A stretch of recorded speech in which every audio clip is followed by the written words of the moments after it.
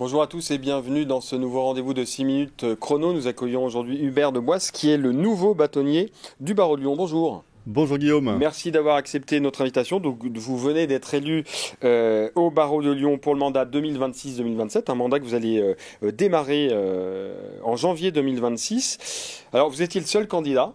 C'est le barreau de Lyon, quand même, pour préciser, c'est le deuxième barreau de France avec 4343 exactement avocats actifs et honoraires. Alors, qu'est-ce que le bâtonnat, rapidement? C'est le porte-parole de la profession, c'est l'interlocuteur privilégié des pouvoirs publics aussi. Il y avait quand même une première question, c'est quelle va être finalement votre feuille de route? Dans les grandes lignes, quelles vont être les grandes lignes de votre mandat? Alors écoutez, en fait, notre profession, elle est percutée par des phénomènes qui s'accumulent.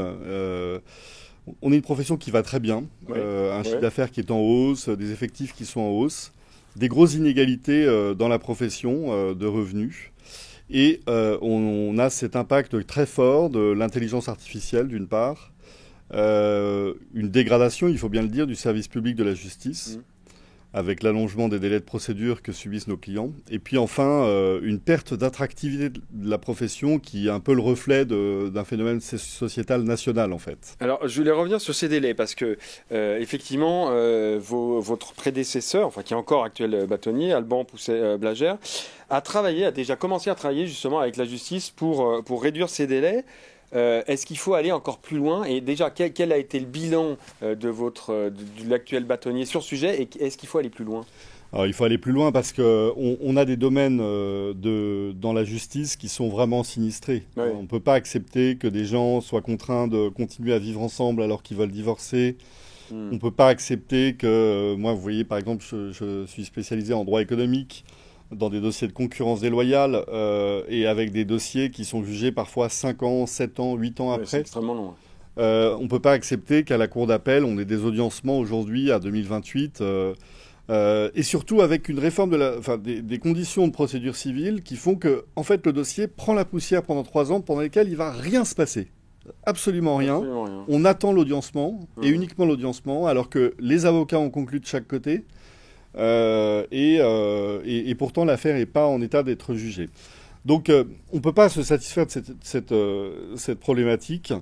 Et moi, l'ambition que j'ai, c'est celle que le barreau de Lyon a eue en permanence à travers les âges, c'est d'aider la magistrature, les greffes, à travailler ensemble à des petites échelles locales, chambre par chambre, pour essayer de trouver des solutions. Et justement, c'est le travail qui est commun entre magistrats et avocats.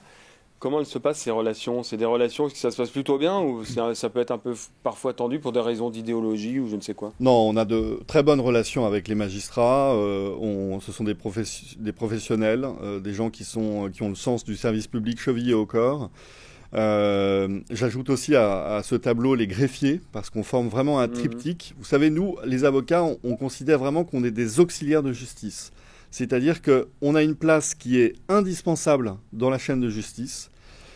Auxiliaire en latin, ça veut dire aider. On est là pour aider à la manifestation de la justice, avec les greffiers, avec les juges. Et on a toujours, dans l'histoire, trouvé des solutions ensemble. Il y a un autre défi, vous en parliez dans votre feuille de route pour votre mandat, pour votre prochain mandat, c'est l'intelligence artificielle. L'intelligence artificielle, on avait déjà reçu un avocat du barreau de Lyon qui était un peu spécialisé, enfin en tout cas qui animait une conférence sur le sujet.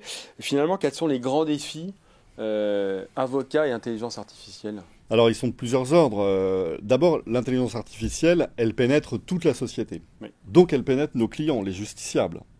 Donc il y a toute une couche d'informations de base qui était auparavant dans le passé, dans un passé assez lointain parce que les choses ont changé déjà avec Internet, qui est l'accessibilité des justiciables à ces informations de base.